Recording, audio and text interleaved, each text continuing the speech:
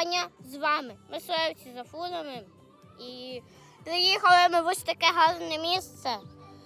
Називається Білий Аїст в Солотвину. І їхали ми сюди поїздом. Ось, можете прочитати Білий Аїст.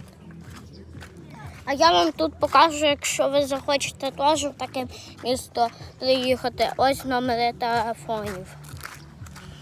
Прочитайте, запишіть собі, може схочете поїхати туди. Ось так це все виглядає. Дивіться, тут є ось такий джип прикольний.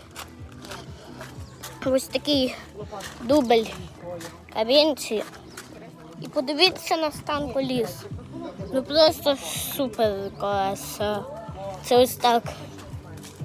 Ось. І там ще на даху є колесо. Тобто ось так. Йдемо далі. Ось це ось такий дитячий майданчик. Бачите, отут діти граються. Ось це ось такий батут тут. Можна пострибати. До речі, класний. Ось це ось такий турнік, можна побоксати. Ще на тому турніку ось. А ще тут діти тренуються ось так. Типа такий теж турнік.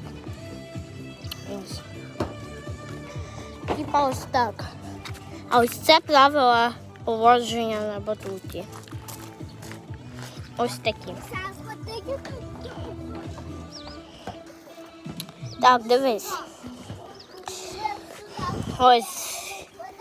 А ось це переобладнання хатинка. Ось. І маємо зробити з неї цікаву штучку. Що зараз я вам розповім. Бо зараз ця хатинка – це звичайний склад каміння. Ось просто подивіться, що тут взагалі таке. Запростий склад каміння. Ось.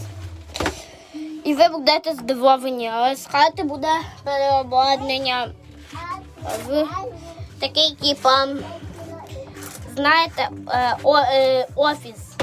І буде отут буде ліфт. Ось. І ми маємо замінити отут двері і поставити залізні двері, такі коричневі, знаєте, і домофон. І робітники, і на кожному номері буде всього 2 поверхи, і на кожному поверсі буде номер. На кожній квартирі, там, де треба працювати. Ось. Бо тут, як ви бачите, вже двері вибиті. Ось що ми зробили. І ще буде фарбуватися. Бо я вам там вислав відео, щоб ви подивилися, як оцей мій брат шурує ось це все. Арсенко, дай мені мій телефон, будь ласка. Ось це ось так це все виглядає. Тут зв'язані штори. І ось тут. Добре, всім па-па. Бо в мене ще є робота, бо треба поремонтувати оцей будиночок, тому всім па-па.